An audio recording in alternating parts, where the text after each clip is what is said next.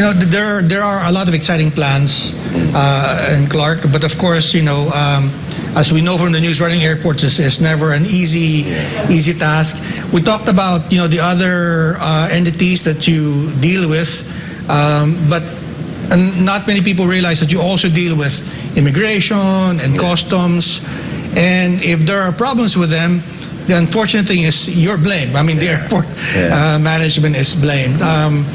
How do you coordinate with these other agencies? And of course, we've been seeing some problems in NAIA with this, but through no fault of the airport management, it's really these other agencies that are problematic, that are giving airport a negative image. Yes.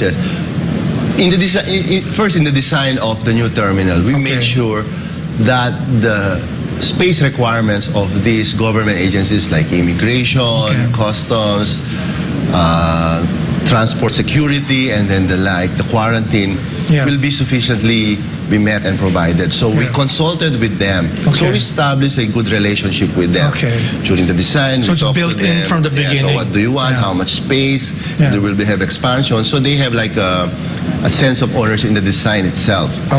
And we also upgraded some of their equipment, like the customs. We bought screeners, expensive ones, like you don't, and you don't, like there's an automatic screener there that you don't need to get a tray, but the tray will just pop out and you can just put your things. So we really invested on upgrading the requirements of this government agency, because if they themselves will be the one who will purchase or procure this, it will take time, or probably the budget will be a and you're doing something different there from what I understand. In the NAIA, there's a security check, right, when you enter the building. But you were saying earlier, I think when we were talking, that in Clark, the people accompanying the passenger can go into, I guess, as far as the checking gate. Is that right? Because that's the experience that we normally have when we travel abroad. If you observe airports abroad, like Singapore, Narita, there's no security screener at the entrance, because first it will slow down you from going to the check-in counters, but also it's like a kind of inconvenience on the part of the passenger. So it's Changi who insisted that we should be able to, passengers should be able to experience that as well in Clark. And we coordinated with the national government, with the OTR and all its attached agencies, the transport security, to make sure that even though that layer of security will be removed, but the requirements still international will be met. So because the target of Changi is to make sure that in less than 35 minutes you're through. The way you get off your car, enter the terminal, until your boarding gate is only 35 minutes or less. That's interesting. Yeah, so that's the threshold that the Changi insisted to make sure that in the O&M of the airport is at par with the best airports abroad. So passenger convenience is important there. Yes. But what about cost? Does Clark offer a system where it would be cheaper for them to fly out of Clark than to fly out of Manila, because in a sense you're also competing with other airports in there. Is there such a possibility, you think? Yes. No. There's this called the economic benefits, in terms of savings on time, savings on opportunity cost, the opportunity cost. So that's where we see the potential of Clark. Even passengers can experience that. But do you think because of the automation and all of the systems that you put in place, that it's cheaper for airlines to operate there, and then maybe they can transfer some of that savings to the passengers? Is that something you're looking at? Yes. Like we provided how do you call it, those automatic kiosk where you don't need an agent or a receptionist from the airline to process your ticket. So that alone will help will save you on salaries of workers. And even in the design, you can see the small component of the design of the terminal, like when you bring up your you put your luggage in the, how do you call it? In the conveyor. In the conveyor, In the other airport, like here, you have to lift it high. Yeah. But there, you can just Slide roll it. slide it. Ah. So it's a convenience on the passengers, Okay. and it's also to speed up the processing time. So you don't need all those porters standing up on No. conveyor belt. Yes. Okay. We made sure those kind of experiences that are present abroad will also be present in Clark Airport. So world class, very Yes. very interesting. Yeah. So going back to the question earlier, so these are all conveniences for the passengers. Yeah. You said that you're also interested in making sure the facilities in the areas around it are developed. Now, what are the business and economic opportunities for people who want to do business with Clark? Are there any? I mean, or is that the responsibility of Lipad or BCDA or what can they discuss with you? For aero related businesses like MROs or FBOs, so that's Lipad because it's on the air side. Okay. But on the land side, that's where SIAC. If they want to set up like a warehouse facility to connect their like FedEx, for example, do they talk to you? Do they talk to Lipad, or do they talk to BCDA, or who do they talk to? the FedEx right now, since they came back last year, the area that they're occupying is SIAC land. Okay. So for the land side, the opportunity that this airport operation creates is on the SIAC land. So we have, that's why I asked the management of SIAC to give me an inventory of all the available lands, because we will market this now to businesses abroad, to aviation related, to like the FedEx, UPS, DHL type, and even the logistics like Alibaba, the Amazon group. So it's very that's your market. Yeah, so it's very efficient for them to put businesses around the airport because it's very close to that. And I noticed during our discussions that there are also plans, and this may not be new because we were talking about the growth corridor that involves Clark and Subic. There are plans, as I understand it, for a cargo connection from Subic to Clark. What's the big vision there for that growth corridor? So we really see the natural how to say the national band or connection between Subic and Clark, because Clark is more on the airport operation and Subic is on the more seaport. And there's the one which the expressway that BCDA built.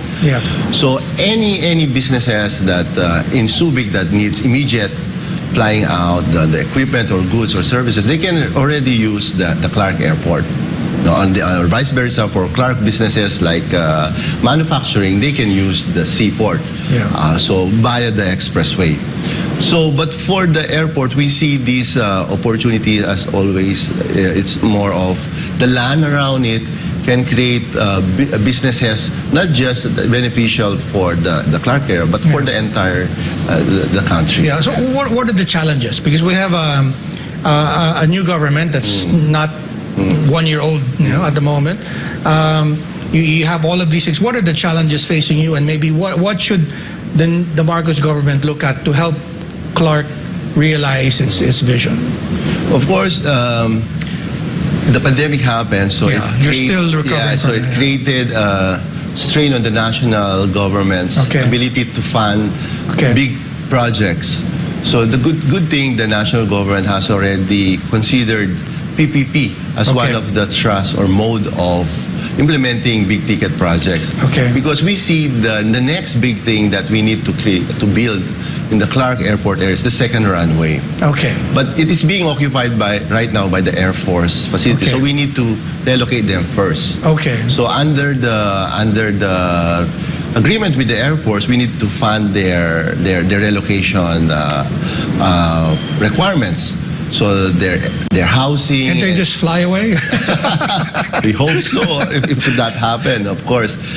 But once the Air Force will leave the airport facility, this will give an area of very prime 300 hectares of prime land for development, the size of Bonifacio Global City, or bigger, because Bonifacio Global City is only 240 hectares, where the land that Air Force is occupying is more than 300.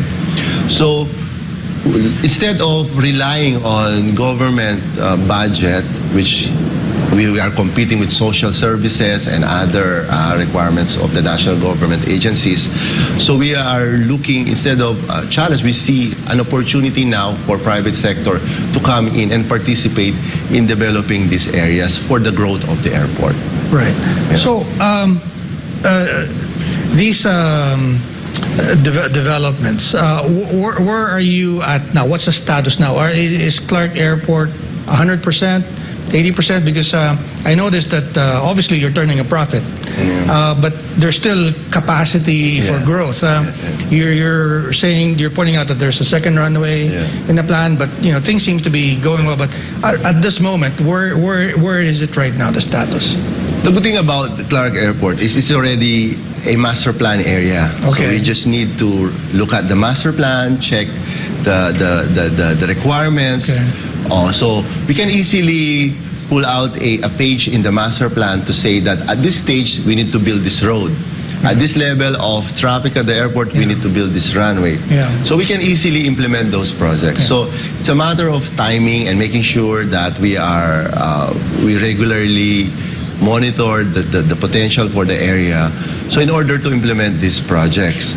So and in our management talks with our teams, I told them already to prepare an annual infrastructure plan to make sure that the growth, we will not be surprised when the growth of the traffic is already there. Right. So we will be catching up or be reactive.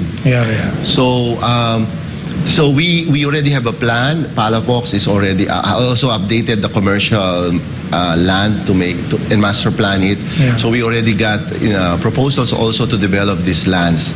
So it's a matter now of evaluating these proposals. Right. Well, I noticed also that Lipad has its master plan and SIAC has its master plan. Can you talk about how they integrate? Where does SIAC's responsibility stop in the master plan?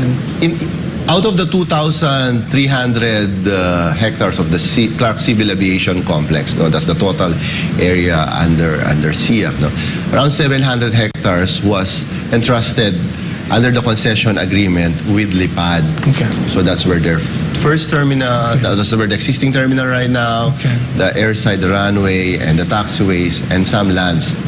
Okay. But more than 2,000 hectares are still with SIAC. And that's where we asked the master planner, Palafox, to update the planning for the area. And we made sure, even when I was with BCDA before, to align these two plans, not for them to be competing at each other, but to be complementing. So there are businesses that we allow Lipad to focus on, while SIAC lands, this will be made available for the private sector to support the requirements of the airport on the other hand. Okay, very, very interesting. We'll have to take another quick break. This is SMNI's Business and Politics. We'll be right back.